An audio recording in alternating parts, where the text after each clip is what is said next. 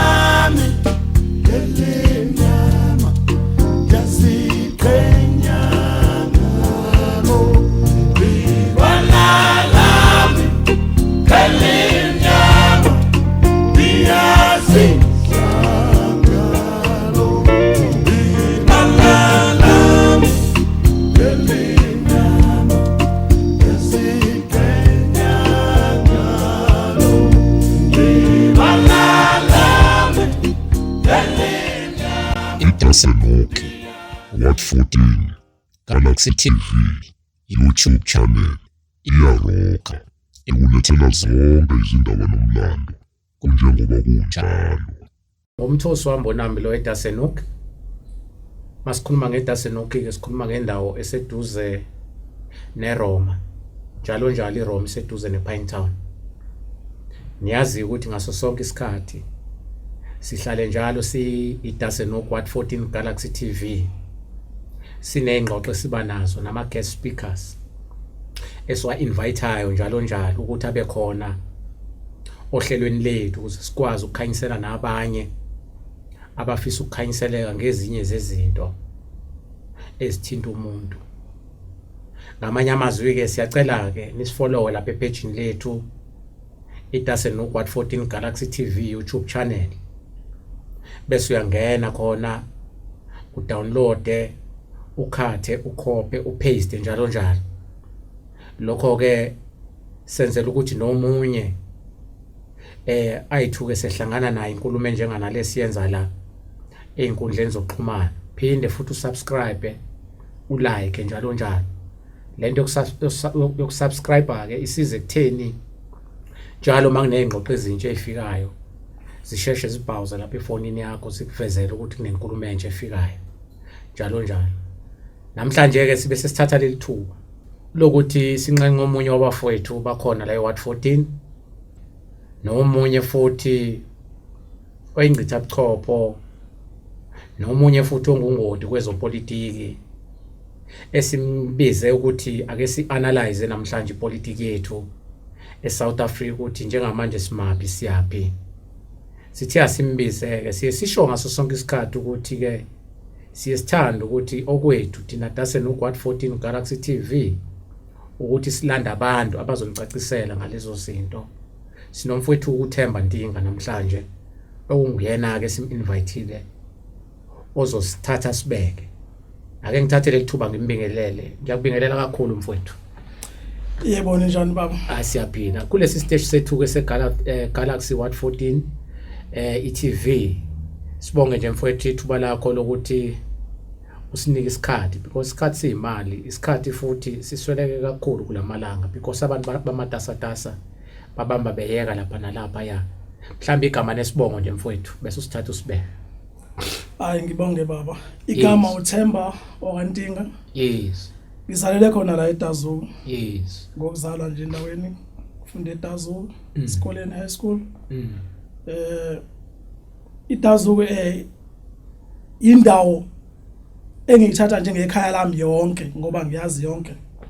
Masayidi onke. Umama ungokuzalwa la. Ngizalwa uMathumbi Ntinga. Yes. Bese kuthi ubaba kahle kwantinga ngumshana ubaba ungakwaXolo yes enkandla kodwa nje impilo yami yonke ngiyiphile la eTazulu yes njengoba namanje ngisela ngibonga ithuba nje lokungihlonipha nokungethemba nengibize njengoba ngilana nje ngingelutho yes hayi mfoka Ntinga siyabonga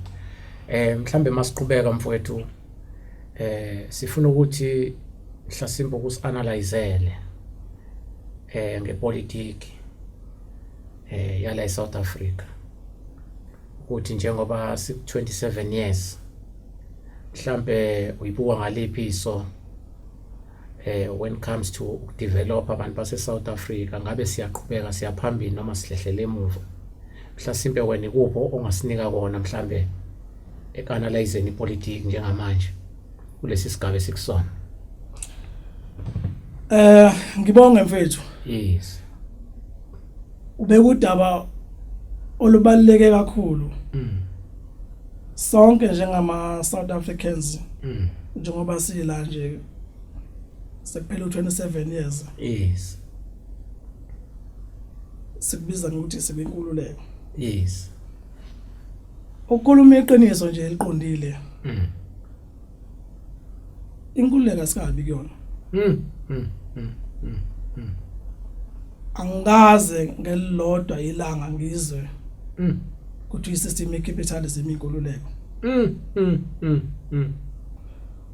uma izwe sisalirana ngesystem yecapitalism asikabi kwinkululeko abantu bafunzwe into errong isikhathi eside bagijima nayo ibanga ukuba sekuyinkululeko njengoba kushiwo ukhuluma iqiniso eliqondile ngaba akekho umuntu ongasebenzi la ngaba akekho umuntu olala eminyango la ngoba iSouth Africa masikhuluma iqiniso ngokwama resources inayo yonke into ongayicabanga ayishoti ngalutho iSouth Africa kuphela iproblem esinayo kwinkululeko esayithola sathola i-right i-right lilodwa alidevelop umuntu amalungelo ugcinwa nje utsheliwe ukuthi nento ethile engezofika kuwena empeleni into esafuna silwele thina not iSouth Africa kuphela mhlambe ke ngithi iAfrica yonke Africa abroad yes ngoba umuntu uyayibuka lento iuniform wonke amaqembu asuke ezama ukulwela abantu aqala ehlangene ebumbene ninethemba lokuthi hayi cha azobuya nento eright amanye awo asuka ama movement amanye uthola ukuthi ama communist uqobola amanye uthola ukuthi hayi ama socialist ngokuhlukana kanjalo bathe ekugcineni okwenzakalayo ubathole sebengaphesheya sebengasafuna ukuyizwa nento ye-socialism sebengasafuna ukuyizwa nento ye-communism buso uyayibuza ukuthi hayibo kanti sebewobani laba kanti before sifike kule freedom bebethini sebethini manje inkinga esinayo ngepolitiki singene kuyona singayifundanga kave kubhlungu ukukhuluma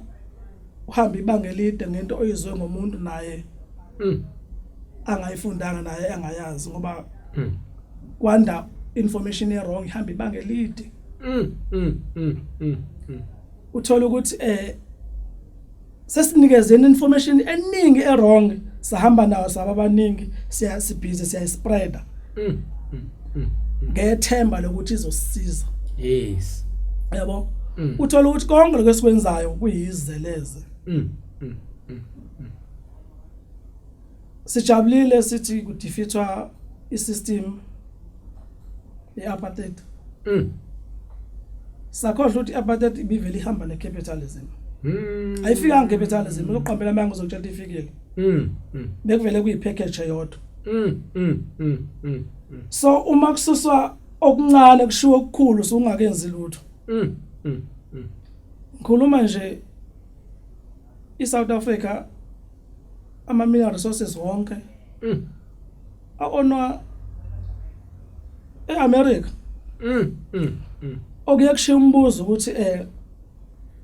uma imvume yokumba okuphansi iphethe eAmerica sibe sinohulumeni one uhulumeni sizabani siza ngani wazi ngavele sibe nohulumeni waseAmerica ngavele should own eAmerica yes yabo so kunezinto ekufina hlahla sibe sizibuze zona ukuthi if ukuthi sithi inkululeko le inkululeko uma kwenziwani inkululeko ukuthi usune right eyobhuda ebhisha lodwa nomlungu siza ngani lokho mina ngizokubekela even ngisho nemfundo esinikwa yona imfundo esinikwa yona asinikwa imfundo yokuthi si create izinto ezosiza izwe lethu but sinika imfundo yokuthi siyosebenzisa izinto eseyicreated abanye abantu yes ngoba thina sifundiswa ukuthi siyoba abasebenzi uqala esikoleni phansi uzophuma evarsity uyofundela ukuba umsebenzi yikho sinama graduate nje eSouth Africa amashela kuyoba abasebenzi ngoba awafundiswanga ukuyo create something afundiswe kuyoba abasebenzi so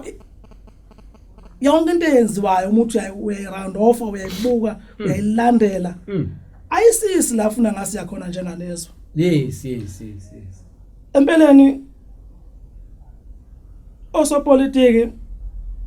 abalikhuluma iqiniso kubantu ukuthi hayi sasithi kuzoba right akubanga uright umuntu okhuluma iqiniso ay ovela abespecific hayi ngala salendlela ngoba ngijethi yona shortcut ngithi zoba right sengiyibona lishayisile noma sebeshayisile hayi abasho sebeshayisile bafela ngaphakathi yes yikho uthola ukuthi kuyipolitiki ekhona umuntu uphuma ngendlela efanayo nomunye abanye bayitshela ukuthi babhizi ushintsha nesigaba esodwa ikona okuzoguqula isimo ukushintsha upresident ngomunye upresident akukona ozoguqula isimo but okuzoguqula isimo ukushintsha isystem so uma kusebhizi kusashintsha upresident phezulu kwesystem ekhona still senza umdlalo akabi lento efunekala ilindele ngase yayenza ngiye ngabhala ku Facebook ukuthi eSouth Africa kusafanele sibhukule sibuyise izwe bangiphendula abanye bathi libuyisa kanjani libuyile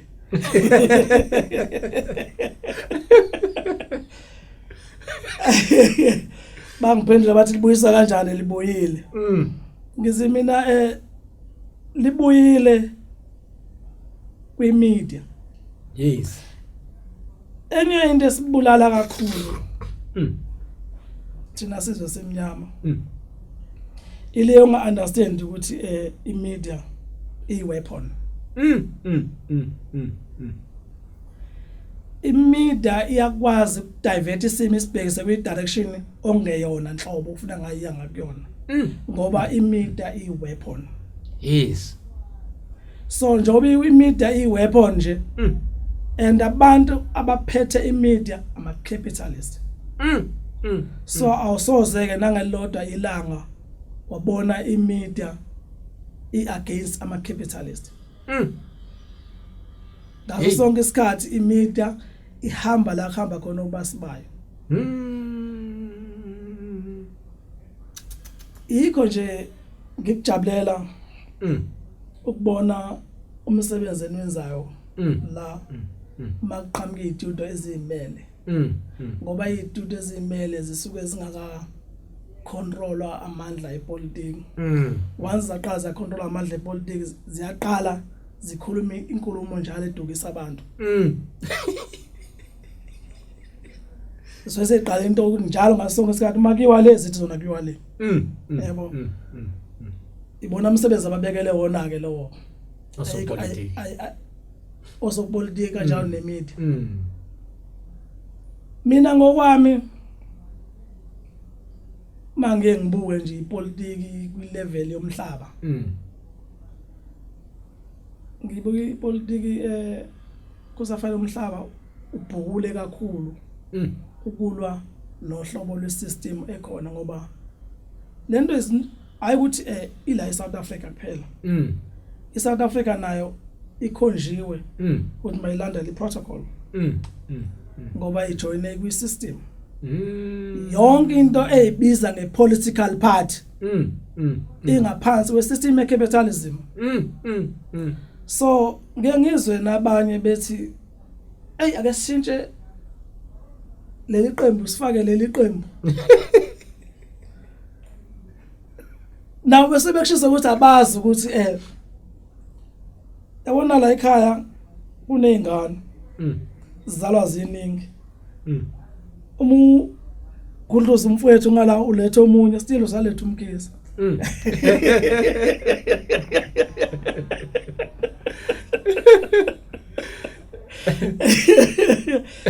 so abantu abazi ukuthi ipolitiki indlela edesignwe ngayo iumbrella ephethe bonke laba enibabona ngathi abazwani abazwani la phambi kwenu kodwa bonke bangaphansi kwegama elilodwa le-capitalism bese bakhona ke labo ke abayi-few uthola ukuthi bama socialist abanye bama communist uma usiyabuka la eSouth Africa lolo hlobo lwepolitiki usazothatha isikhathi ukuthi lukhule ngoba abantu abal-understand nanokuthi ama-communists akhona ukukhuluma iqiniso nje alenze nje la wiki kakhulu ngendlela azipositione ngayo ngoba uma uyi-communist kulandela i-manifesto angikhumbuli ukuthi i-communist liyakwazi ukuba ingxenye yoku-implement ama-policies e-capitalism once wayi-communist elisebenza kanjalo usuyidayisile inhlangano yakho ngoba usuphambene nemigomo yama-communist i-promise nayo ke la eyenza kungabonakala ukusebenza kwama-communist akhona ingoba nawo ambathi ingube yodwa nabantu aba-implement ama-policies e-capitalism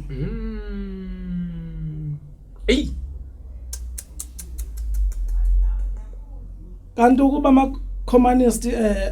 amile kwi-stand sawo asebenza ngendlela e-right njenganeqembu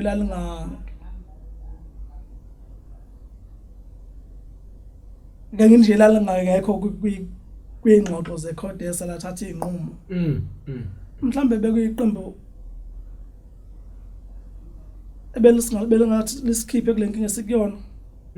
ukuba la stand kulayini owana babefunda lime kona so kusho kwakuyibona bodwa babe naleyo vision the rest babebona ngendlela efanayo nalabo babefuna kurun iCODESA ngoba iCODESA nayo ingenye yezinye izinto ezasidayisa eSouth Africa khumbula into yodwa uma ukwipower awuzwa ngomuntu ongekho kwipower uma ukwipower wena usukutshela umuntu ongekho kwipower ukuthi kuzokwenzakalani akuyena usuketshela wena ukuthi kuzokwenzakalani yes so kwiCODESA kwakuyothatha ama-terms yes lama-terms asigqilaza kuyimanje okuyibuza umbuzo owodwa no simple ukuthi National Party yayi ngafike ihlala kwiCodesa qede lapho ivume ama terms and then evela bese ya dissolve iphinde zonke na phasi kweqembu elibusayo kungekho ezokbenefit akaze kwenzeka into njenganaleyo so into ayenzeka la umusu uyifundile ipolitiki at the high level uyabona ukuthi la laba bevikela ama assets abo laba sokuyibona abasebenza as bakahlali babasebenzi labo ngoba yonke into eSouth Africa saphethe abamhlophe should babezo capture system exactly abamhlophe umuthi yabheka zonke imbono ezikhona siphethe abamhlophe wonke ama bank akhona aphethe abamhlophe ubheka wonke amahaba yonke into ungayicabanga ekwi high level iphethe abamhlophe and akaze oshintsha manje mhlambe ukukhuluma iqiniso nje elincane eliqondile kwi-period kaZuma ibe khona inhlansi